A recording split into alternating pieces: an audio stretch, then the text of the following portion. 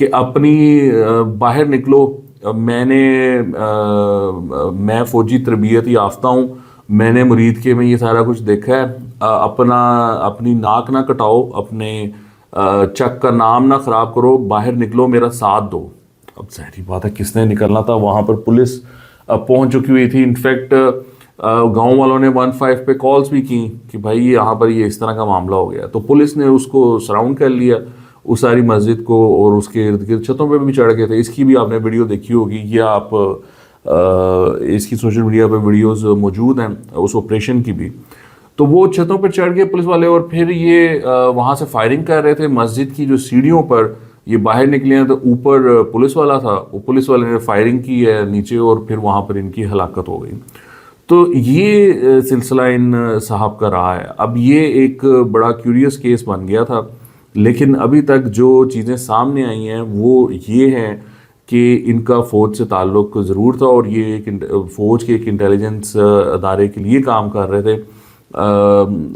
جو be B C کو انہوں نے اپنی ایک کارڈ، سروس کارڈ بھی دکھایا، اس پہ یہ سپاہی کا کارڈ تھا ان کے پاس نا، اور انہوں نے یہ بتایا بی بی سی کو کہ میں مرید کے جو واقعہ ہے اس کے بعد گھر نہیں گیا، اور ان لوگوں نے میرے پیچھے ہیں، میرے گھر پہ انہوں نے ریڈ کی ہے، یہاں کی ہے، وہاں کی ہے۔ تو انٹیلیجنس ایجنسی کا بندہ ہو، وہاں سے بھاگا ہو، تو وہ پھر چھوڑتے تھوڑی نا، وہ اپنا بندہ تو ڈھونڈتے ہیں نا، کہ ایٹ لیسٹ اس کو پوچھے تو صحیح بھائی تو بھاگا کیوں ہے، کہاں ہے، تو کیا کر رہا ہے۔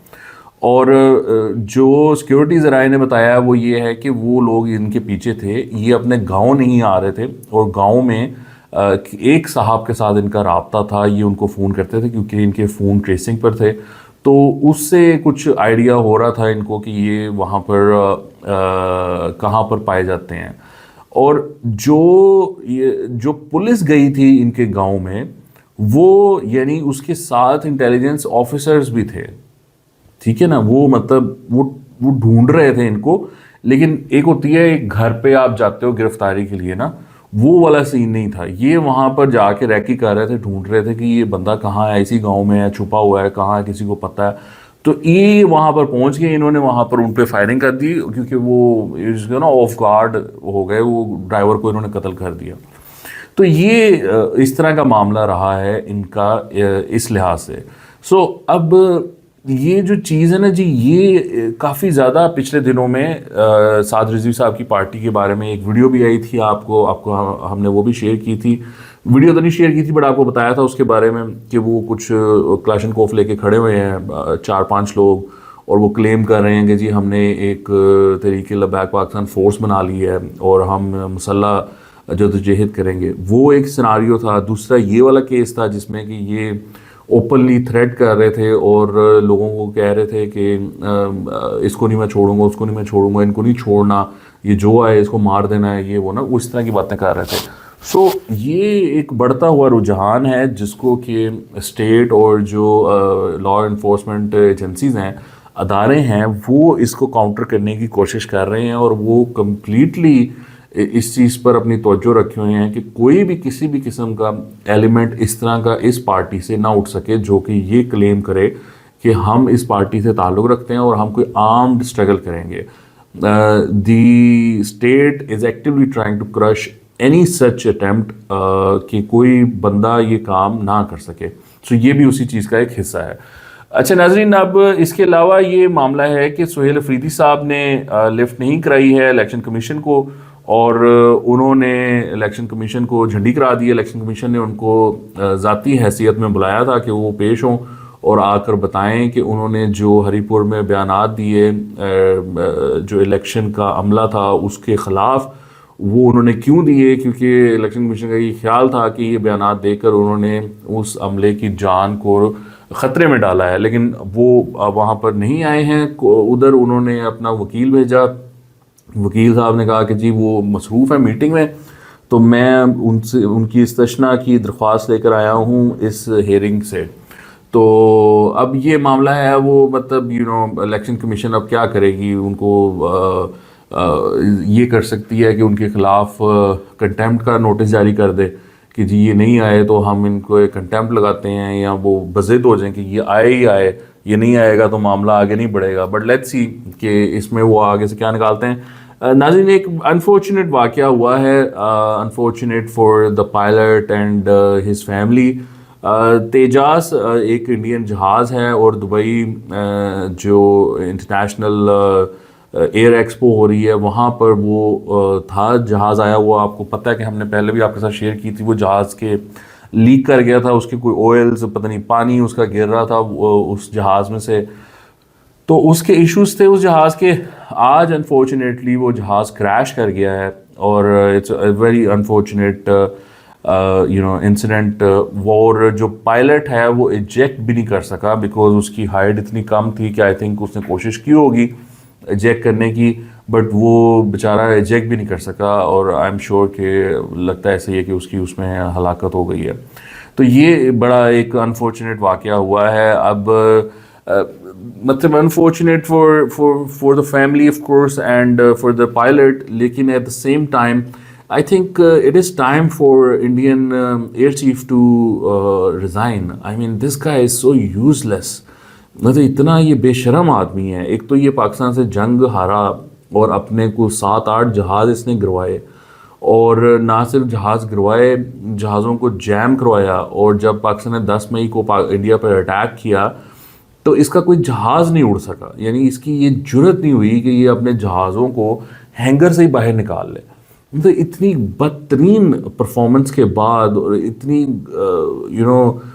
جس کو کہتے ہیں نا تھمپنگ ہار کے بعد یہ آدمی اتنا بغیرت ہے کہ یہ پھر بھی بیٹھ کے تو وہاں پہ لیکچرز دے رہا ہوتا ہے اور کہانیاں بتا رہا ہوتا ہے کہ جی ہم نے 12 گرا دیے, ہم نے 15 گرا دیے. جھوٹا آدمی ہے ایک تو, مطلب جھوٹ بولتا ہے. I just feel bad right now because میں نے اس کو اتنا سخت الفاظ ابھی تک نہیں استعمال کیا, حالانکہ ہماری جنگ ہوئی ہے اس کے ساتھ, لیکن یہ جو پائلٹ کی موت ہوئی ہے یہ دس از ویری انفارچونیٹ. دیکھیں دشمن کا پائلٹ ہے ڈزنٹ میٹر, مطلب انسان ہے نا, وہ ایک جہاز اس کو دیا ہے تو وہ جہاز ہی صحیح ہو کہ وہ پائلٹ اس کو اڑا سکے. اگر اس طرح اموات ہونے لگے پائلٹس کی, وہ بھی تو کسی کا بچہ ہے نا, وہ بھی تو کسی کا بھائی ہے, کسی کا بیٹا ہے. سو it's very unfortunate, and I mean I hope that the Indians hold Indian Air Chief responsible for this, because he really is the one who's responsible for this. This guy is so useless and he is so shameless that he should have resigned years back. I mean, so to count, it should be years since May 2025, but it's been so many months. He should have resigned. He had so much time to resign. He should have resigned and gone home. He's responsible for this atrocity. I mean, he lost a war, for God's sake, and then he's losing a pilot to a plane which is unfit for service. کیونکہ اس کا تو پہلے ہی oil اور وہ پانی leak ہو رہا تھا, اس کے تو پہلے ہی مسئلے تھے, پھر اس کو اڑوا دیا اس جہاز کو. I mean, it was like it was writing on the wall کہ اس کے ساتھ کچھ نہ کچھ ہو جانا ہے, اور وہ ہو گیا.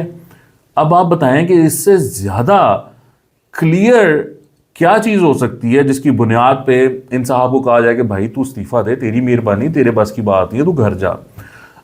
I'm not saying this as a Pakistani. I mean, it's in our favor that he stays. As a Pakistani, as an enemy, it's in our favor that this guy stays there, because he's so incompetent, so useless, so shameless that he can't do anything against us. He can't mess with us. It's been proven. So ہمیں تو suit کرتا ہے کہ یہ رہے, لیکن میں یہ ایک انسانیت کے ناطے اور کوئی ایتھکس کے طور پہ یا ایک پرنسپل سٹینڈ کے طور پہ یہ بات کر رہا ہوں کہ ان صاحب کو فارغ ہونا چاہیے. And again, I address the Indian audiences. Please raise your voice. اس کے خلاف آواز بلند کریں, اس کو کہیں گے استعفیٰ دے بھائی انڈین ایئر چیف. اور تم ایک بے شرم آدمی ہو, تم نے انڈین جو ایئر فورس ہے اس کا بیڑا گرک کیا ہے. تم you have brought bad repute to this institution. مطلب آفیسرز ہوتے ہیں نا جی, یہ جو ایئر فورس کے ہوتے ہیں, آرمی کے ہوتے ہیں, یہ بڑے ریپیوٹیبل, بڑے مطلب بڑے اچھے لوگ ہوتے ہیں. ان کا ایک پرائڈ ہوتا ہے ان میں کہ انہوں نے اپنی ایک سروس دی ہوتی ہے, اپنی زندگی دی ہوتی ہے ایک انسٹیٹیوشن کو, ملک کو. لیکن وہ تو اتنا بے شرم آدمی ہے کہ وہ تو پالیٹکس کرتا ہے, وہ مودی کے پیچھے لگ کے پالیٹکس کرتا ہے, اور تو وہ کچھ کرتا نہیں ہے, جھوٹے بیانات دیتا ہے. تو اس کو تو آپ کو اس کے خلاف کھڑا ہونا چاہیے اور آپ کو ڈیمانڈ کرنا چاہیے کہ اس کو ریزائن کرے, نہیں تو اس کو فائر کرے, اس کو فائر کرنا چاہیے اپنی پوسٹ سے. یہ اتنا مطلب ارسپانسبل آدمی ہے اور he is responsible for this death of the pilot. Anyway جی, آج کے لیے اتنا ہی. Please make sure that you subscribe to the channel. آپ کے دیکھنے کا بہت شکریہ. خدا حافظ.